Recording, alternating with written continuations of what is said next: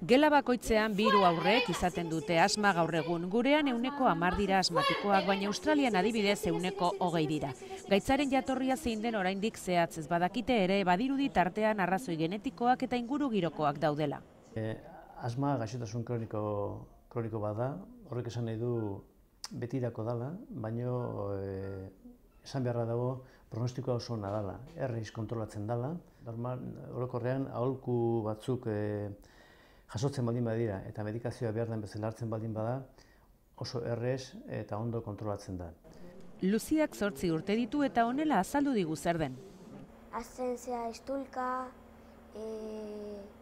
eta sentitzen zea pitido bat biriketan. BBVA eta Maria Jose Jobe fundazioek duela 2 urte egindako ikerketan argi gelditu zenez, irakasleen 83%k ez du behar bezala ezagutzen gaixotasuna. Javier Korta Donostiako Ospitaleko Neumologia Pediatrikoko arduradunak ikerketa honen ondotik liburu didaktiko bat plazaratu du orain beste aditu batekin batera irakasleei zuzenduta.